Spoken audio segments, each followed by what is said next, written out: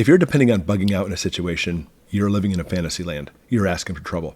First off, this video is not for you if you plan to bug in, stay in your castle, your fortitude, everything you have here, all your food, all your preps, even your neighbors, everybody around is all there on your side. That is 100% your best strategy. This video is not for you if you're that person. Because you should only bug out if you have no other option. Your life depends on it. And also this video is not for you if you have a real bug out location you're going to. Maybe you have a place that's set up in the woods with a camper or trailer. Maybe you have a barn or a friend's house you're going to. If you do, that's smart. This video is not for you either. Because understand, 80% of the U.S. population lives in urban environments. Those urban environments will not sustain life. But if you do have a place you're going to, great. But just remember that normally it takes you a half a tank of gas. It's going to be bumper to bumper, chaos traffic, and it literally may take 2 or 3 tanks of gas to finally get to that location. Okay, I do have to address one more group that may be watching this video, and it's these people who already live in the wilderness. They already live in their bug out location. These people, they grew up their entire lives living in the outdoors. We're talking about the true outdoorsmen, the true survivalists, the ones who really do this every single day. That is their home. This video is not for you either. However, for those people who think they're those people, well, this video is for you. Because you've only gone on a family camping trip a time or two. You enjoy a hike in the woods, who doesn't? But that does not make you one of these survivalists, not even close. And our mind deceives us all the time. That's how human nature is. It's very bizarre. Let me give you a quick example. I made a video about, if you drive an hour away, then your car goes down, grid goes down, you can't drive back. And you're like, oh, it's only an hour since you drive that distance. It's not that far, right? You're looking at 3 days, minimum 3 days of walking back. Roman soldiers who were professional soldiers who walked everywhere they went would only walk 20 miles a day. They were actually at the epitome, the height of their life, fitness-wise. More than likely, that's not you and me. And I even had this one guy who, again, very deceived, said, you know what? I've got bad feet. I've got a bad back, and I'm literally almost handicapped, and I could easily walk that distance. No, you couldn't. You are deceiving yourself, thinking that you're basically one of those people. This video is that too. In your mind, I went on that camping trip. I go out, I do some camping, have s'mores. Oh, I could easily live out there the rest of my life. It's not true at all. But listen, if you watch this and you have made no preps, I understand, and you have to bug out, maybe a wildfire is destroying your home, I get that, I understand. You have to do what you have to do. I mean, look, your neighbor who's never been a prepper at all, his house is burning down, he's going to evacuate and bug out. And if it's during crap hits the fan, he's going to do the best he can do. So I'm not saying don't leave if your house is on fire, do it. But all I'm saying is don't think that that should be your first plan. It should be your ultimate plan, your last ditch effort to leave your house. Your house is your castle. Because time for the brass tacks. Listen, your plan should not be to go out in the wilderness to survive. Well, why not? Well, think about this. You're hiking out into the woods. Everything you own to survive on is in your backpack, or maybe you have a bug out car. We're only talking about, a couple tubs of corned beef hash? It is going to run out. You have to be able to find a way to survive out in those woods. And listen, that doesn't mean stopping at the grocery store down the street. Obviously, maybe you're an avid hunter. I am too. I get that. But listen, this is crap it's the fan. This is not a hunting trip. Everybody and their brother is going to be out hunting. More than likely, you're going to see a lot of species of animals disappearing from the face of the planet. Let me put it this way. It's a very bad day to be a deer. So let me be very clear. I'm not saying that you shouldn't do it. I mean, if your life depends on it, your neighbor next door, he's not a prepper. His life depends on it. You have to go out in the woods. I get that. All I'm saying is don't make that a plan. That's not realistic at all. And understand, in this situation, people tend to glorify it. Oh, it's going to be Red Dawn, and I'm going to head out with Jed, and we're going to start a new Wolverine pack and take care of business. So there's literally people who think that, who literally have never spent that time outdoors. They have no idea what it's going to be like. And let's talk about food. Right now, in non-crap it's the fan, we have lots of food. It's very, very plentiful. And more so, we live in a culture where food is everywhere. It's at your fingertips. You can get food any single time and place.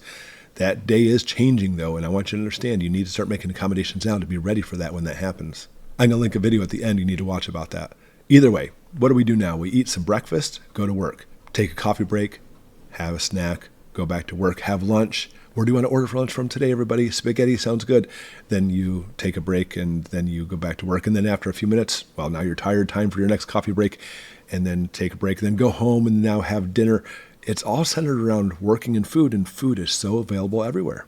And worse yet, at your job, you're sitting on your butt, typing on your computer maybe. And then worse yet, you're so tired you get home after work and you sit on your butt eating food, watching TV. Okay, I admit that may not be you. Hopefully it's not you. But I think you'll admit that the majority of the country does think this way.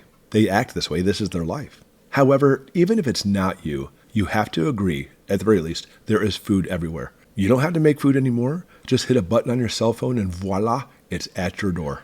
But what about crap hits the fan? I would think it's no shocker for anyone that there's not going to be food. The entire system, our transport commerce system of delivering food to your grocery store will stop.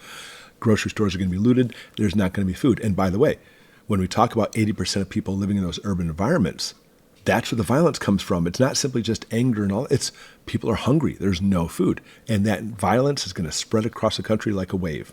And so there you are. You're at home. You have a roof over your head. Yes, maybe you have a garden and you have some stockpiles, even the littlest of stockpiles. That's great. That's better in the woods. You head out in the woods, there's very little food out there because all the other people heading out there too are going to take it all. There's no food in the woods. Keep that in mind. I mean, you may be saying, well, I'm a forager, I'm a hunter. I know right now, but in crap, it's the fan.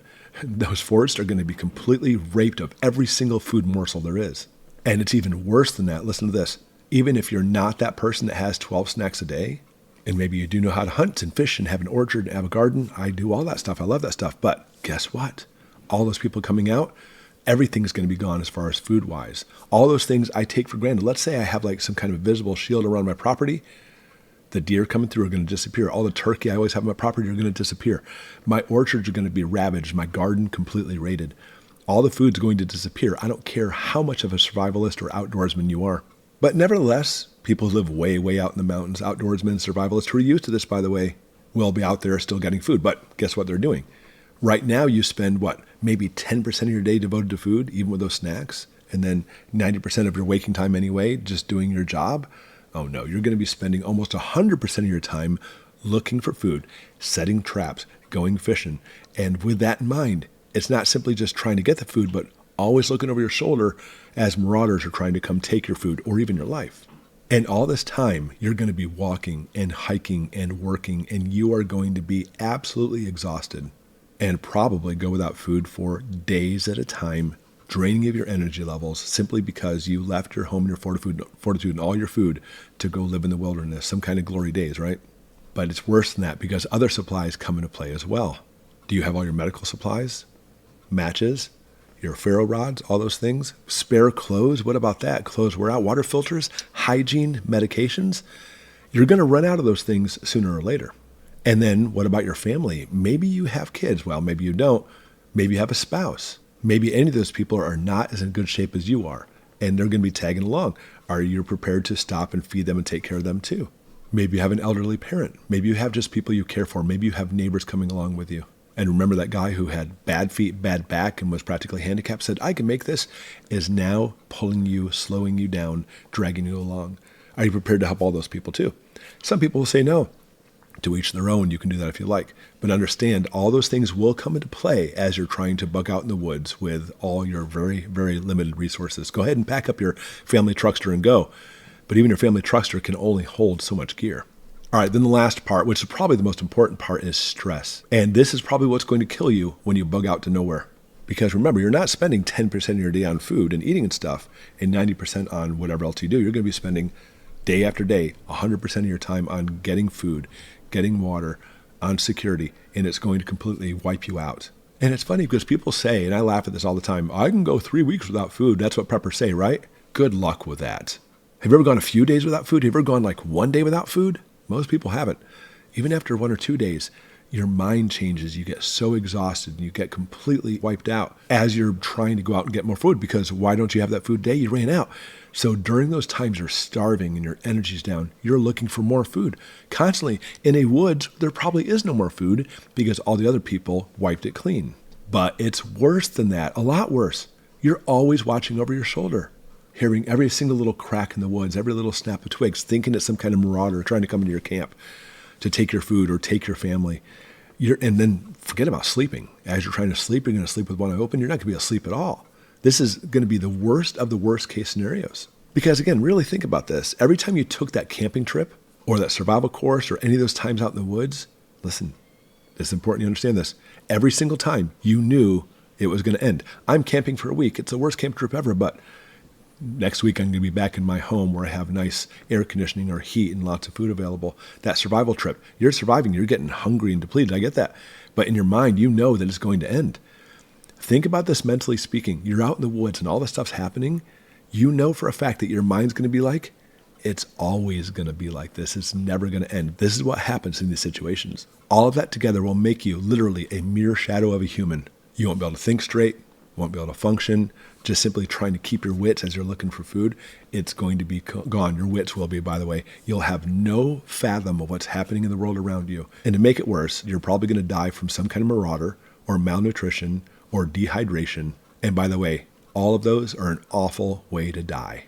So please listen to these words, and you need to have a paradigm shift.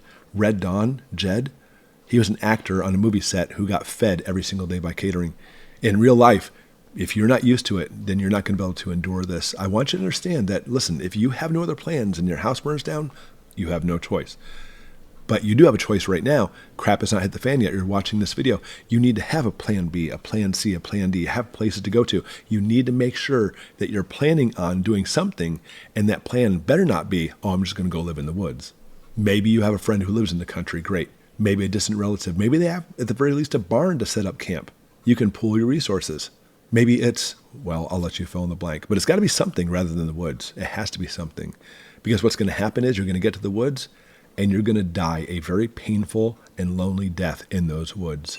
Make sure you take this to heart, everybody, and start looking at plans. And those plans cannot be, I'm going to simply pull a Jed and go live in the woods during my Wolverine days.